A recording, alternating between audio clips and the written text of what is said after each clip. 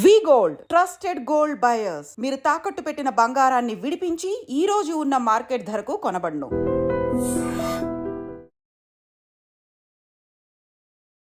నమస్తే, welcome back to IT media. నేను మీ ఝాన్సీ. జనరల్గా మనం ఎందులోనైనా ఇన్వెస్ట్మెంట్ చేయాలి అన్నప్పుడు మ్యూచువల్ ఫండ్స్, ఇంకా గోల్డ్ ఇన్వెస్ట్ చేయండి అని చెప్తూ ఉంటారు. అలాగే ఎండోమెంట్ ప్లాన్స్. ఇవి కాకుండా ఇంకా ఎలాంటి ఇన్వెస్ట్మెంట్ ప్లాన్స్ ఉన్నాయి, ఎందులో చేస్తే మన అమౌంట్ అనేది సేఫ్గా ఉంటుంది, ఈ విషయాలను తెలుసుకుందాం. ప్రస్తుతం అంతా ఉన్నారు AMFI registered mutual fund distributor Srinivas Reddy గారు. నమస్కారం అండి. నమస్తే అండి. సార్, ఒక సామాన్యుడిగా నేను ఇందులో ఇన్వెస్ట్ చేస్తే నా డ్రీమ్స్ ఫుల్ఫిల్ చేసుకోవడానికి బాగుంటుంది అని అనుకోవడానికి మ్యూచువల్ ఫండ్స్ అనేవి చాలా మంచిగా ఒక ఆప్షన్గా కనిపిస్తుంది. అండ్ ఈ మ్యూచువల్ ఫండ్స్లో ఇన్వెస్ట్ చేస్తే మనం సేఫ్ సైడ్ ఉంటామా? గోల్డ్ ఆర్ ఎండోమెంట్ ప్లాన్స్ చాలా ఉన్నాయి కదా, ఏవి సేఫ్గా ఉంటామో ఎక్కువ రిటర్న్స్ వచ్చే అవకాశం ఉంటుంది? మనం ఏదైతే మాట్లాడుతున్నామో ఎండోమెంట్ ప్లాన్స్ కానీ, గోల్డ్ ఇన్వెస్ట్మెంట్ కానీ, మ్యూచువల్ ఫండ్ ఇన్వెస్ట్మెంట్ కానీ, లేదా రియల్ ఎస్టేట్ కానీ, ఇవన్నీ కూడా లాంగ్ టర్మ్లో వెల్త్ క్రియేట్ చేసే ఆప్షన్స్ అందరికీ కూడా. కానీ ఏ ప్రోడక్ట్లో ఎంత రిటర్న్స్ వస్తుంది, ఆ రిటర్న్స్ మన అవసరానికి తగ్గట్టుగా ఉంటున్నాయా లేదా, లేకపోతే ఏదైనా ఇన్వెస్ట్మెంట్లో మనం ఇన్వెస్ట్ చేసినప్పుడు మనకి అవసరమైనప్పుడు విత్డ్రా చేసుకోవడానికి ఛాన్స్ ఉంటుందా లేదా అన్నది యాజ్ ఏ ఇన్వెస్టర్గా.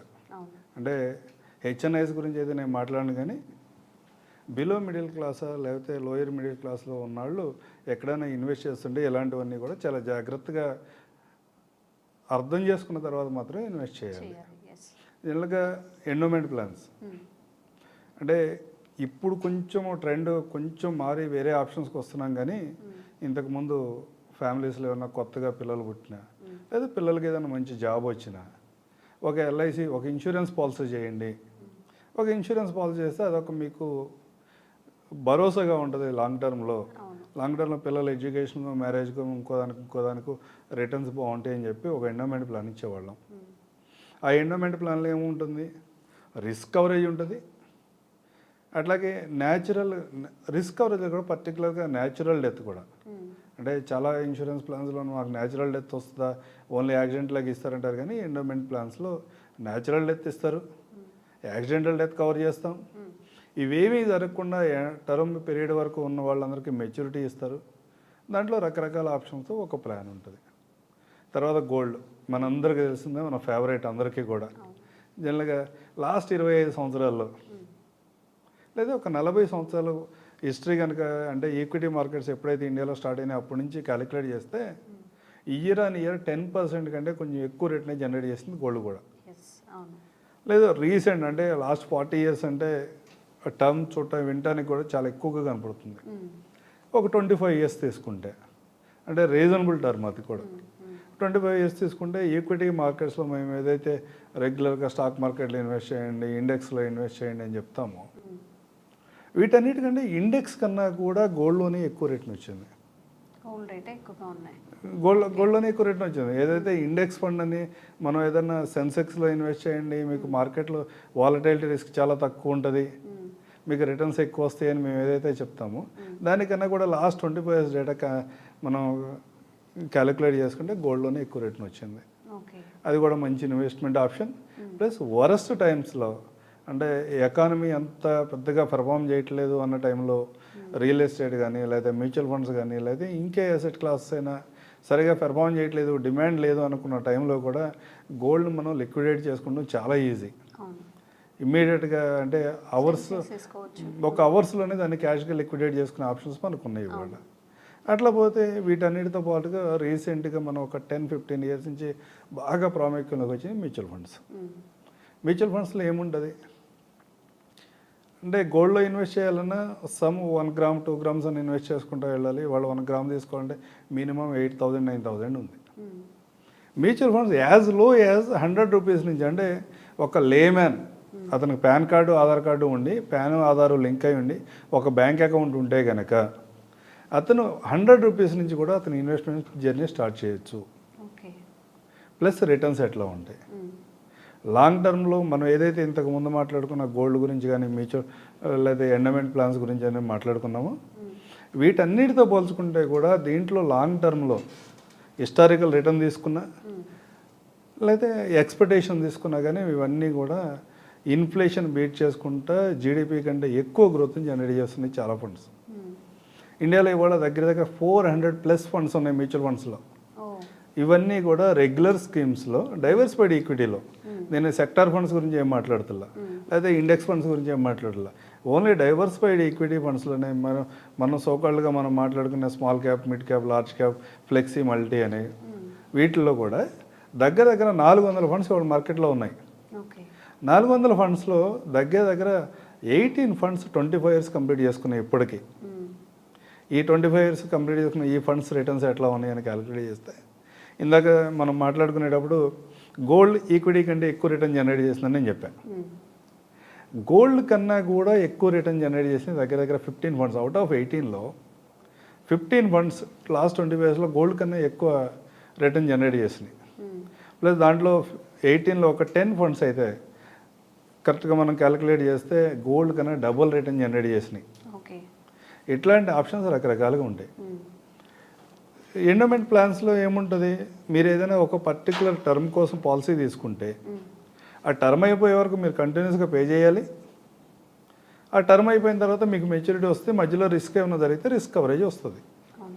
జనరల్గా ఎండోమెంట్ ప్లాన్స్ మనం తీసుకుంటున్నప్పుడు ఒక 25 ఇయర్స్ పిల్లాడికి ఏదైనా పాలసీ ఇస్తుంటే కూడా 40 ఇయర్స్ దగ్గర ఆగిపోతాం. అందుకంటే ఎక్కువ టర్మ్ తీసుకోలేం. ఎందుకంటే కంటిన్యూ పే చేయాలి, ఫ్యూచర్లో ఫైనాన్షియల్స్ ఎలా ఉంటాయో తెలియదు కదా అని 20 ఇయర్స్ 25 ఇయర్స్కే మనం లిమిట్ అయిపోతాం. మ్యాక్సిమం కూడా ఈ 35 ఇయర్స్ వరకే ఉంటాయి.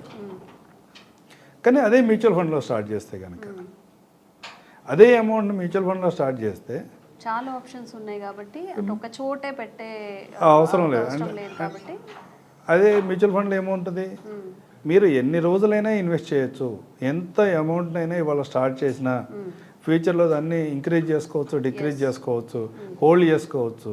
లేదా మధ్యలో పార్షియల్ కనుక అవసరాలు ఉంటే కనుక మీ అవసరాలకు తగ్గట్టుగా దాంట్లోంచి విత్డ్రా చేసుకోవచ్చు. ఇవన్నీ ఆప్షన్స్ అన్నీ ఉన్నాయి కాబట్టి వాళ్ళ మ్యూచువల్ ఫండ్ చాలా ప్రాముఖ్యత వచ్చింది మార్కెట్లోకి.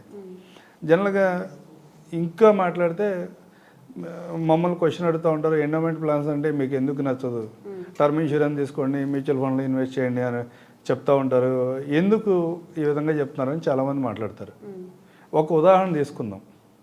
ఒక 30 సంవత్సరాల వ్యక్తిని కనుక ఒక ఎండోమెంట్ ప్లాన్ ఒక 1 crore పాలసీ ఇస్తే అతను సంవత్సరానికి దగ్గర దగ్గర 3 లక్షల రూపాయలు పే చేయాలి 35 ఇయర్స్ టర్మ్ పెట్టుకుంటే. 35 ఇయర్స్ కంటిన్యూగా సంవత్సరానికి 3 లక్షల రూపాయలు అతను ఆ ఇన్సూరెన్స్ పాలసీకి పే చేస్తూ ఉంటే చివరికి ఒక అతనికి 5 కోట్ల రూపాయలు వస్తాయి మెచ్యూరిటీగా. మధ్యలో రిస్క్ జరిగితే ఇదంతా తర్వాత విషయం. 5 కోట్లు వస్తుంది. అదే మేమేం చేస్తామంటే మేము మ్యూచువల్ ఫండ్లో సహజంగా ఆ 1 crore పాలసీ ఒక టర్మ్ ఇన్సూరెన్స్ తీసుకో. టర్మ్ ఇన్సూరెన్స్ తీసుకుంటే దగ్గర దగ్గర నీకు 30,000 రూపాయల ప్రీమియంతోనే అయిపోతుంది 1 crore ఇన్సూరెన్స్ కవరేజ్. అంటే ఫ్యూచర్లో ఎలాంటి ఫైనాన్షియల్ ఇబ్బందులు ఏమైనా వచ్చినా కానీ 30,000 మేనేజ్ చేయడం ఈజీ. 3 lakhs మేనేజ్ చేయడం కొంచెం కష్టమే కదా ఎవరికైనా ఇబ్బందులు ఉన్నప్పుడు. అందుకని ఈ 3 lakhsతో నీ పాలసీ కంటిన్యూగా చివరి వరకు నీకు ఇన్సూరెన్స్ కవరేజ్ ఉంటుంది. రెస్ట్ ఆఫ్ ద అమౌంట్ని కనుక 3 lakhsలోంచి 30,000 తీసేసి 2.5-2.7 lakhs అమౌంట్ని ప్రతి సంవత్సరం మీరు మ్యూచువల్ ఫండ్లో ఇన్వెస్ట్ చేసుకుంటూ వెళ్తే ఎండోమెంట్ ప్లాన్స్లో ఏదైతే వచ్చే మీకు 5 కోట్ల బదులు ఇక్కడ 18 కోట్ల వరకు రావడానికి అవకాశం ఉంది. ఇది ఓన్లీ 13% CAGRలో. దీంతోపాటు ఇంకా అడ్వాంటేజ్ ఏంటి, almost 4 times double. 4 times double కాదు. లైఫ్ సైకిల్లో 30 ఇయర్స్ కొరాడు 40-45 వచ్చేప్పటికి పిల్లల హైయర్ ఎడ్యుకేషన్, తర్వాత మ్యారేజ్ లేదా రిటైర్మెంట్ చివరికి వచ్చేప్పటికి ఈ ప్రతి సైకిల్లోనూ అక్కడి నుంచి మనీ ఎప్పుడు కావాలంటే అప్పుడు ఎంత కావాలంటే అంత విత్డ్రా చేసుకోవడానికి అతనికి ఆప్షన్స్ ఉంటాయి. కానీ మార్కెట్ కండిషన్స్ మ్యూచువల్ ఫండ్స్ అనే సబ్జెక్టు మార్కెట్ రిస్క్ అని చెప్తాం. కానీ వాలటాలిటీ రిస్క్ ఎప్పుడున్నా లాంగ్ టర్మ్లో ఎవరైతే 7-10 ఇయర్స్ కంటే ఎక్కువ మ్యూచువల్ ఫండ్లో హోల్డ్ చేసి ఉంచారో వాళ్ళందరికీ కూడా చాలా వరస్ట్ ఫండ్స్ కూడా దగ్గర దగ్గర 10-12% కంటే ఎక్కువ రిటర్న్ జనరేట్ చేసినాయి. అంటే ఇంకా కంఫర్ట్గా చెప్పాలంటే మేము ఇవాళ ఉన్న FDs కంటే ఎక్కువ రిటర్న్ జనరేట్ చేసినాయి. చాలా మార్కెట్లో ఉన్న ఈ ఫండ్ చాలా వరస్ట్, దీంట్లో రిటర్న్స్ ఏమీ రావట్లేదు అనుకున్న ఫండ్ కూడా FD కంటే ఎక్కువ రిటర్న్ జనరేట్ చేసింది. అలా కొన్ని బ్రహ్మాండంగా పర్ఫార్మ్ చేసిన ఫండ్స్ ఉన్నాయి. వాటిని క్యాలిక్యులేట్ చేసుకుంటే FDతో పోల్చుకుంటే 2 times 3 times రిటర్న్ జనరేట్ చేసింది. అలాంటి ఆప్షన్స్లో మల్టిపుల్ ఆప్షన్స్ ఉంటాయి. ఇన్వెస్టర్ ఇన్వెస్ట్ చేసేటప్పుడు ఎక్కడ ఇన్వెస్ట్ చేయాలి, మనకి మన అవసరాలు ఏంటి, అవసరాల తగ్గట్టుగా ఏ ప్రోడక్ట్ మనకు సూట్ అవుతుందో ఆలోచించుకొని దాన్ని బట్టి ఇన్వెస్ట్ చేసుకోవాలి. Okay. And apart from this అంటే గోల్డ్ కాదు, మ్యూచువల్ ఫండ్ కాదు, ఎండోమెంట్స్ కాదు, ఇవి కాకుండా ఇంకెలాంటి ఇన్వెస్ట్మెంట్స్ మనం చేసుకోవచ్చు? జనరల్గా మనకి తెలిసిన రియల్ ఎస్టేట్, కానీ చిన్న టికెట్తో మనం ఇన్వెస్ట్మెంట్ అయితే అక్కడ చేయలేం. దాంతోపాటు స్టాక్ మార్కెట్, మ్యూచువల్ ఫండ్తో పోల్చుకుంటే స్టాక్ మార్కెట్లో ఎక్కువ రిస్క్ ఉంటుంది. వీటన్నిటిని కంపేర్ చేసుకోవాలి. ఇన్వెస్ట్మెంట్ చేసుకునేటప్పుడు మనం ఎంత రిస్క్ని హ్యాండిల్ చేయగలుగుతాం అన్నది కూడా చూసుకుని, మనం ఎంత ఇన్వెస్ట్ చేయగలుగుతాం అన్నది చూసుకుని దాన్ని బట్టి ప్లాన్ చేసుకోవాలి. ఓకే, థ్యాంక్ యూ అండి. థ్యాంక్ యూ అండి.